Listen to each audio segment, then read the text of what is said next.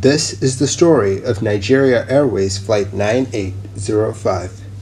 We've been scared of fire for most of our history, and for good reason. It has burned down entire cities and caused untold damage, but the scariest place for a fire would be in flight. And that is exactly the situation that the crew of Flight 9805 would find themselves in. On the 19th of December 1994, the crew of Flight 9805 was hauling cargo from Jeddah, Saudi Arabia to Kano, Nigeria.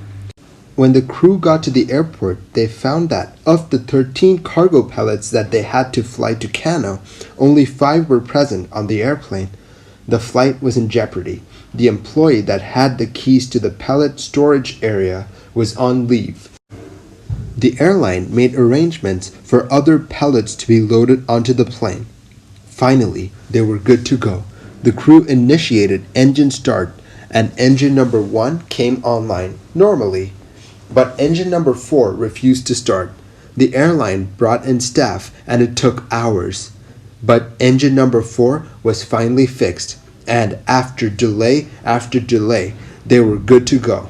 At 1:38 p.m. UTC, the 707 lifts off from Jeddah on its way to Kano, Nigeria.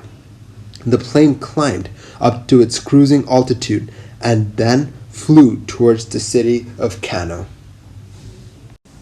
As the plane approached N'Djamena, the co-pilot noticed a strange odor in the cockpit. The loadmaster and the flight engineer, who were in the cargo compartment, were invited into the cockpit, and they backed up the co-pilot. They too could smell the strange odor. It was 5 p.m. UTC, and they were to arrive in Kano at 6:19 p.m. If this situation were to get out of hand, they'd have to divert to an airport as soon as possible. The crew decided to inspect the cargo pellets to make sure that none of it was on fire, and they sent 2 people to inspect the cargo pellets. They reported that the area around pellet 11 was, quote, end quote, misty. The decision was made to spray pellet 11 with a fire extinguisher. The ground engineer and the flight engineer, armed with a fire extinguisher, was sent into the cargo bay to try and control the situation.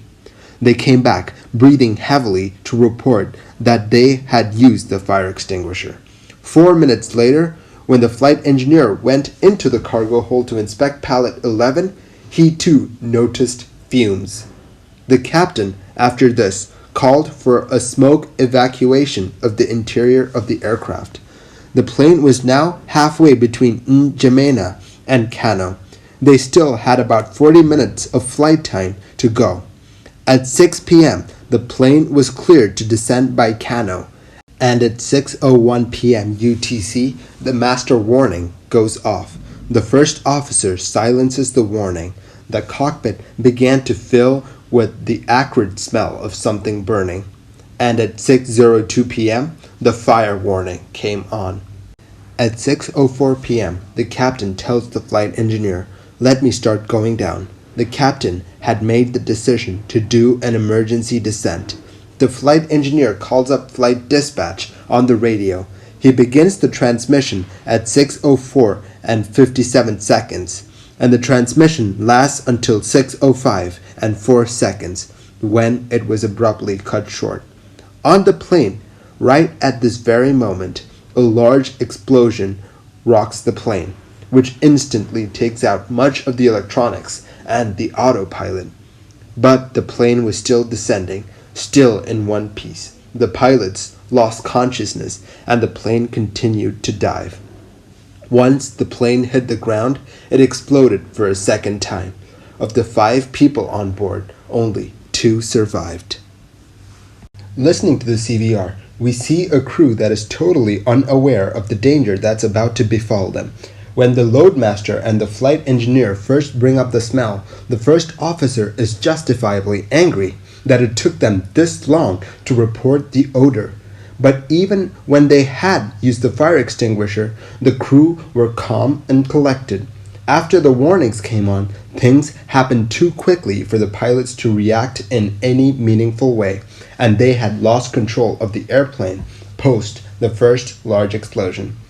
Once the explosion had taken place, the autopilot was rendered useless and the CVR stopped working, as the lines that powered them were probably severed by the explosion. They still had some electronics though. The co-pilot's radio worked and he made an emergency transmission as they descended. But soon afterwards, both pilots lost consciousness. Could the pilots have made it into another airport had they known how dire their situation was? At the first sign of trouble, the plane was at 35,000 feet. They could have landed at the airport in Azare at 6:04 p.m. The ground engineer who inspected the fire did not convey the seriousness of the situation, and so the rest of the crew also had a false sense of security. At no point did they talk about diverting to N'Djamena or Maiduguri. Had they diverted, this story might have ended differently. But as it turns out, there was a reason for the crew's bad decision-making. The plane had been delayed twice. Both the pilots had been checked into a hotel, but the flight engineer and the loadmaster had to rest at the airport. The flight engineer might have been actively involved in the repair of the airplane, but it was up to the ground engineer to fix the aircraft. This was his responsibility. At the time of the accident, the ground engineer had been awake for almost 27 hours. The conclusion is that the ground engineer was very tired and was not in a position to take any initiative and would rather wish away any problems. Remember, the ground engineer set the tone of the discussion in the cockpit. Had he been more concerned about the situation, the pilot might have initiated an emergency landing. But what caused the fire in Pellet 11 in the first place? Unfortunately, the investigators were not able to find that out. In the report, they say that the substance that started the fire might have burnt itself out, or it might have sunk into the marshland that the plane crashed into. Pellet 11 had fabric inside it, and the investigators are not too sure why someone would place something flammable inside a box full of clothes. The theories range from ignorance to evasion of custom taxes to criminal activity. But to this day, we do not know what was nestled in Pellet 11. If you have any ideas or any guesses about what it could be, do leave it in the comments below. Thank you for watching this episode of Mini Air Crash Investigation. A big thank you to MYLOSAIRPLANEFAN for letting me use his amazing videos on my video. If you like the videos that I make, do consider liking and subscribing. I'll catch you guys next time.